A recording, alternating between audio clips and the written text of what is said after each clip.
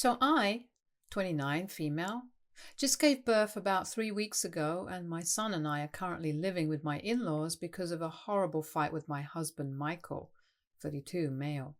Michael said that he wanted me to get a paternity test 2 weeks after our son was born because he suspected that the child was his brother's.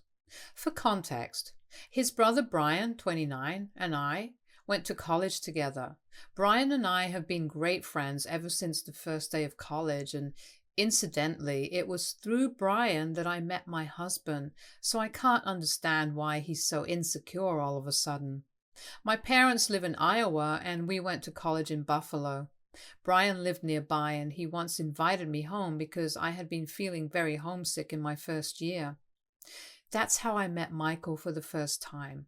Michael and I exchanged numbers, but we didn't start talking until after I graduated college.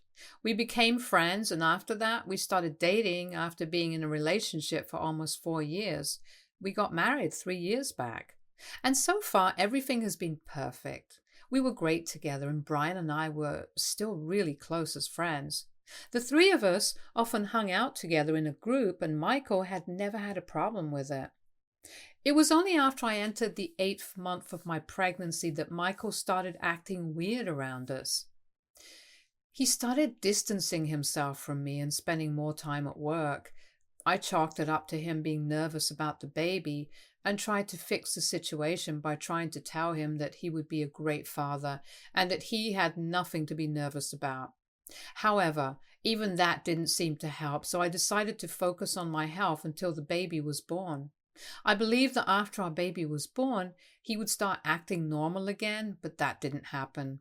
He refused to spend any time with our son and always made up some excuse not to be around us. He would spend most of his day at work, and when he came back, he would tell me that he was too tired to be with the baby. I tried to put up with it, but when his behavior didn't change even after 2 weeks, I decided to confront him about it. One day, when he came back home from work, I sat him down and told him that I needed to talk to him about his strange behavior. He tried to convince me that he was just tired from work and stuff, and that this had nothing to do with me or the baby, but I didn't buy it. I voiced my concerns and told him that if he didn't speak up and tell me what his problem was, then I wouldn't be able to stay with him anymore, because it was really hurting me to have him ignore us like this. So then he finally told me that he didn't believe that the baby was his, and he suspected that I'd been having an affair with Brian and the child was actually his, so now he wanted me to get a paternity test for our son. He had no reason to accuse me of something so serious because I had never treated Brian as anything more than a good friend. So it felt like a slap on the face when he said that he wanted a paternity test. I started screaming at him almost immediately because I had already been feeling emotionally unstable thanks to all the post-pregnancy hormones, and that combined with his strange behavior around us had pushed me to the edge. His accusing me of having an affair with his brother was the last thing that I needed.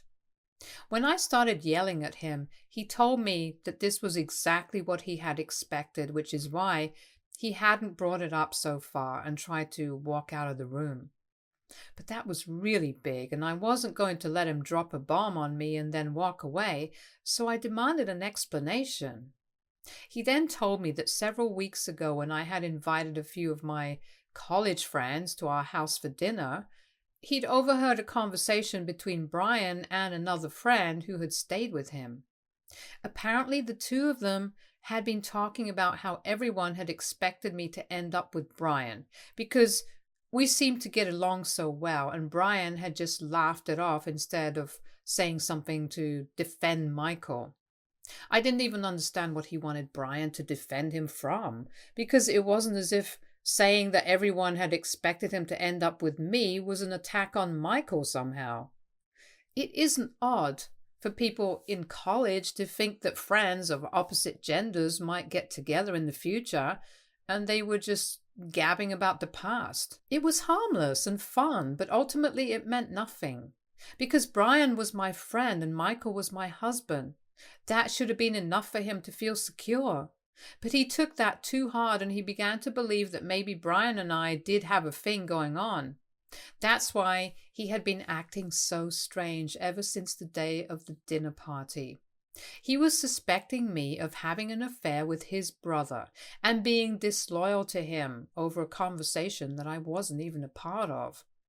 It was insane, and I tried to explain to him that he sounded really stupid, but it didn't matter to him, and he said that now that everything was out in the open, he wouldn't talk to me until I got a paternity test done and he knew for sure that the baby was his. Under normal circumstances, I never would have had an issue with a paternity test, but this just seemed ridiculously stupid.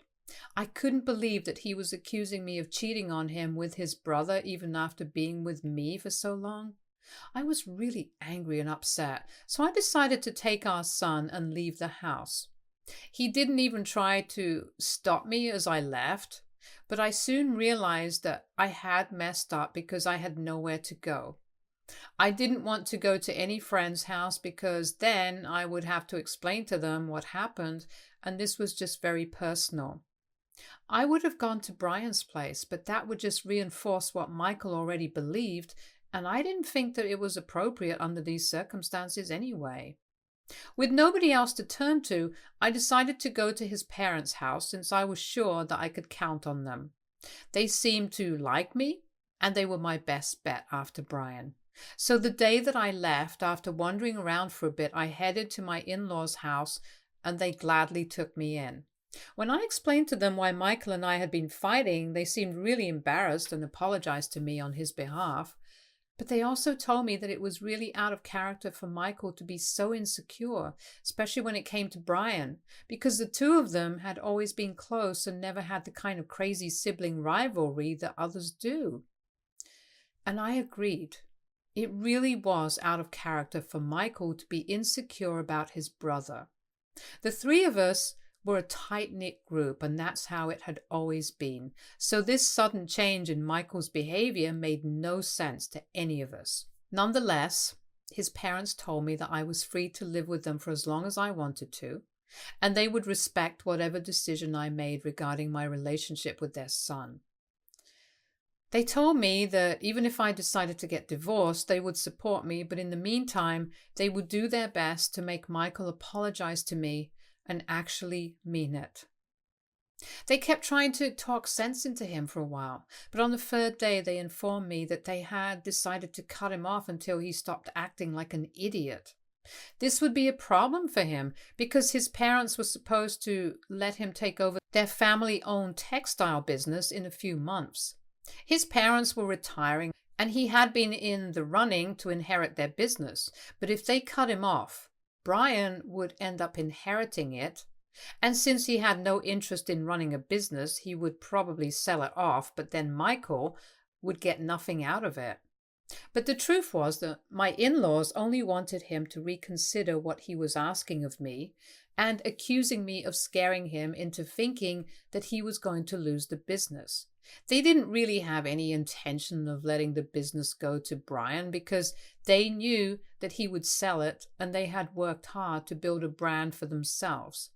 They were obviously not going to throw it all away over my fight with Michael. They told me that they were just going to let Michael think that they were cutting him off for good, and eventually he would come around and apologize to me. Then we could sort things out between the two of us, be it by getting back together or getting divorced. Their only goal was to make him apologize to me and talk things through with me, and I appreciated that they were doing so much for me because I had nobody else to count on. I couldn't tell any of my friends, and I definitely couldn't talk to Brian about any of this because this had a lot to do with him. So Michael's parents were the only ones keeping me sane. After his parents told him that they were going to cut him off, we expected him to reach out to me immediately to sort things out, but he waited for a day before contacting me. When he called me 2 days ago, I expected him to apologize to me, but as soon as I picked up the call, he started screaming at me and accusing me of trying to manipulate his parents into giving Brian control of the business so that the two of us could benefit from it, because apparently he was my lover now. I could hear his voice cracking and knew that he had been crying, which made me feel terribly guilty. He told me that he knew what I was trying to do and he couldn't believe that I was cheating him out of a business as well as his baby. He called me heartless and whatnot before I finally told him that his parents were not going to give the business to Brian. They were just trying to scare him into thinking exactly that so that he would contact me and talk to me. He went silent for a while after I told him that, and then he said that I was just evil incarnate. He said that he couldn't believe that now I was even trying to turn his parents against him just because he had valid concerns about the true paternity of the baby that he was supposed to be raising for the rest of his life. It was infuriating to hear him talk about how valid his concerns were when in reality his only concerns stemmed from a stupid conversation that he had overheard.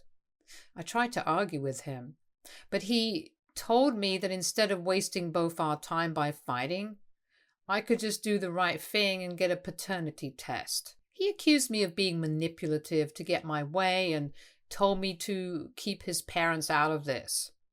I just feel helpless and have no idea what to do anymore. AITA for not wanting to get a paternity test? Update 1. I decided not to go through with the paternity test and instead filed for divorce. It's been one crazy week since the last update and so much has happened that I don't even know where to start. But first things first, thank you so much for all the comments and the advice. Now, coming to why I have decided to get a divorce from Michael. After that last phone call with him, I confided in his parents and told them that their plan to scare him into apologizing and sorting things out with me had backfired miserably, and now things were even worse than before. I also told them how he had accused me of manipulating them, but they reassured me that they were happy to have me because I was the mother of their grandchild, and even apart from that, they had known me for the longest time, and they loved me because I was a part of their family.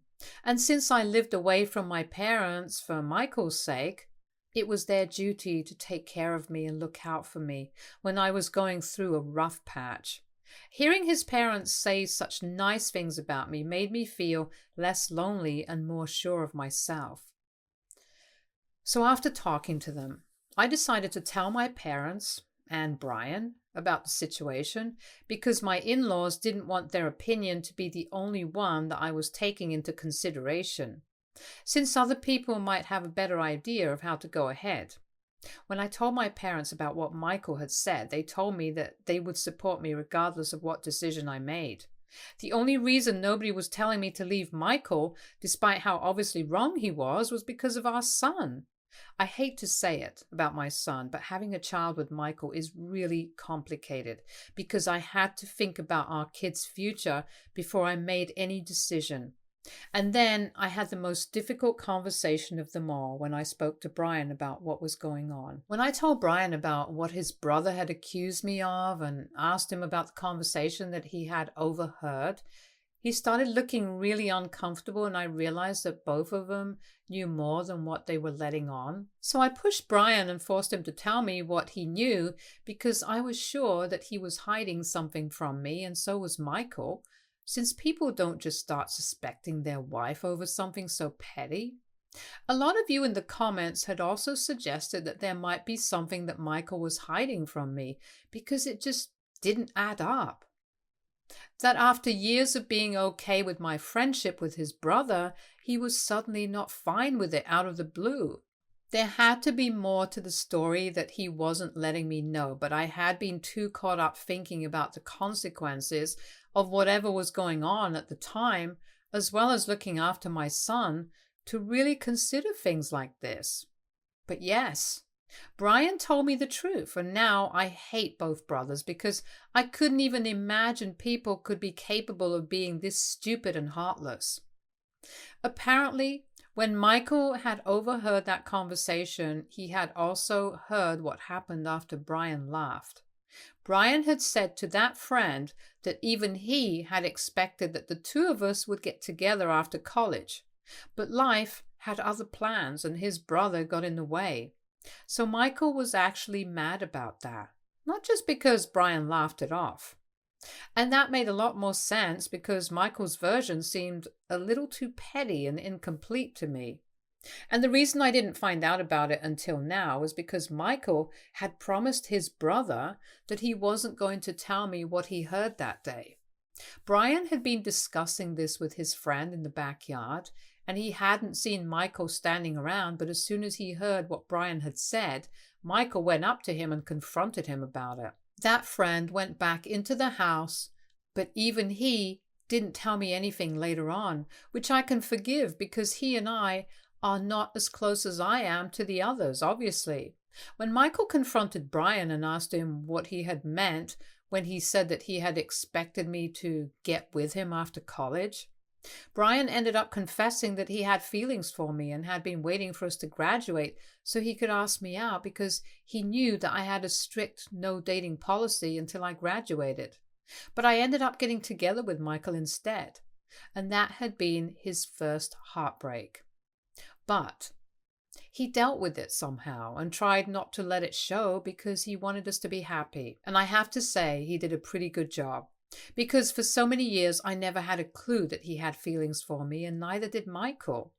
Brian was the one who begged Michael not to tell me about it because that would ruin our friendship and he didn't want that to happen. So Michael stayed true to his word and didn't tell me about what Brian had said that day. But Michael still had second thoughts about me and my relationship with Brian and began to suspect me. He knew that even if we did have a thing together, asking Brian would lead nowhere because he would just lie to him and get away with it. My guess is that he started getting paranoid after the day of the party, but since he had already promised Brian that he wouldn't bring it up with me, he just started distancing himself from us altogether. And over time, the paranoia just got worse, which is why he started accusing me of absurd things and demanding a paternity test for no reason. I'm guessing at what happened, but I don't know what exactly was going on in Michael's mind for the past couple of weeks, ever since he found out about Brian and his feelings towards me. Regardless of what he was thinking, it was ridiculous of him and I was not going to stand for it. It made no sense to me that he would rather cover for his brother than just talk to me and clear the air with all of us. It's actually crazy, and I can't think of one rational, logical explanation for any of this. Getting a divorce was the only option that I had because it had become very clear to me that there was no going back from here. I'm not talking to Brian anymore, but I'm still living with his parents who have been kind enough to let me stay with them and even get me a lawyer because it's their kids who got me into this mess, and they feel responsible for everything that's happening to me. They have been really supportive and helpful, and I couldn't be more thankful that I have such great in-laws. People like this are truly rare to come by. I have filed for a divorce, and soon enough Michael will be served. He and I haven't spoken since that phone call where he told me that getting a paternity test is the only way out of this. I guess he hadn't counted on me to file for divorce because I hadn't brought it up, since at the time I still believed that we could work past this. But that was stupid of me. There is no way we can work this out. He is being insane right now, and I don't think that's the kind of energy that I need around me as a new mom, still struggling to adjust to life with a baby. If he would rather cover for his brother and make me the bad guy by suspecting me of cheating on him with Brian instead of just doing the normal thing and talking about it, then I don't think he deserves to be a husband or a father. He can stick to being a good brother and a good son. I'll handle the rest, since our family doesn't mean as much to him as the one he was born into. Update 2. Hi guys, so Michael was served with the divorce papers today and he didn't see it coming. I have no clue why. He called me and asked me if I was really going to separate from him rather than just taking the easy way out and getting a paternity test done. So I told him that I knew exactly why he was upset because I had spoken to Brian and he had told me the truth. I told him that he was acting insane by covering for Brian instead of being transparent with me and telling me exactly why he was suspecting me. He replied saying that he had promised Brian that he wouldn't tell me because that would ruin our friendship. And when I asked him if keeping that promise was worth ruining our marriage, He said that it was because apparently he believed that he owed this to Brian. But he couldn't just shake off the feeling that something was going on between us. He said that he couldn't talk to Brian about it since he didn't think he'd get the truth from him because the guy had been hiding his feelings from everyone for so long. It was unlikely that he would be honest now, and neither could he talk to me since he had made a promise. So he started overthinking stuff, and that's how he ended up having a total meltdown on the day that I confronted him and demanded a paternity test to confirm if the baby was his. He said that my reaction just made him feel worse, and he started believing that I actually had been having an affair because if I didn't have anything to hide, then I would just have got the paternity test done. I tried to explain to him that this wasn't about me wanting to hide the truth, but rather because of how insulting it was to me that he didn't trust me and was suspecting me of something so awful. Even though I had already filed for divorce, I tried to explain to him that keeping that promise to his brother and not being honest with me had cost him his marriage and the chance of having a happy family. He was also not even speaking to Brian anymore. So what was the point of all that? But Michael was not ready to listen to sense and kept insisting that this was somehow my fault for not getting that test done when I still had time. He said that I should have been more understanding because he was in a tough position that I didn't even know of at the time, and he couldn't bring himself to ruin Brian's friendship with me because that was his brother. And neither could he live with the fact that there might have been something brewing between Brian and me, and the child might not even be his. He said that I should have realized there was a lot going on and at least tried to alleviate his worries by getting the paternity test done instead of making such a huge deal about it. It was an extremely frustrating conversation, and after a while, I gave up trying to make him see my side of things. He was clearly too hung up on his own insane anxieties to consider that maybe even other people had feelings, and he had deeply hurt mine. To him, some promise that he made to his brother was far more important than his wife and child, and yet he suspected this same brother to be the father of his kid?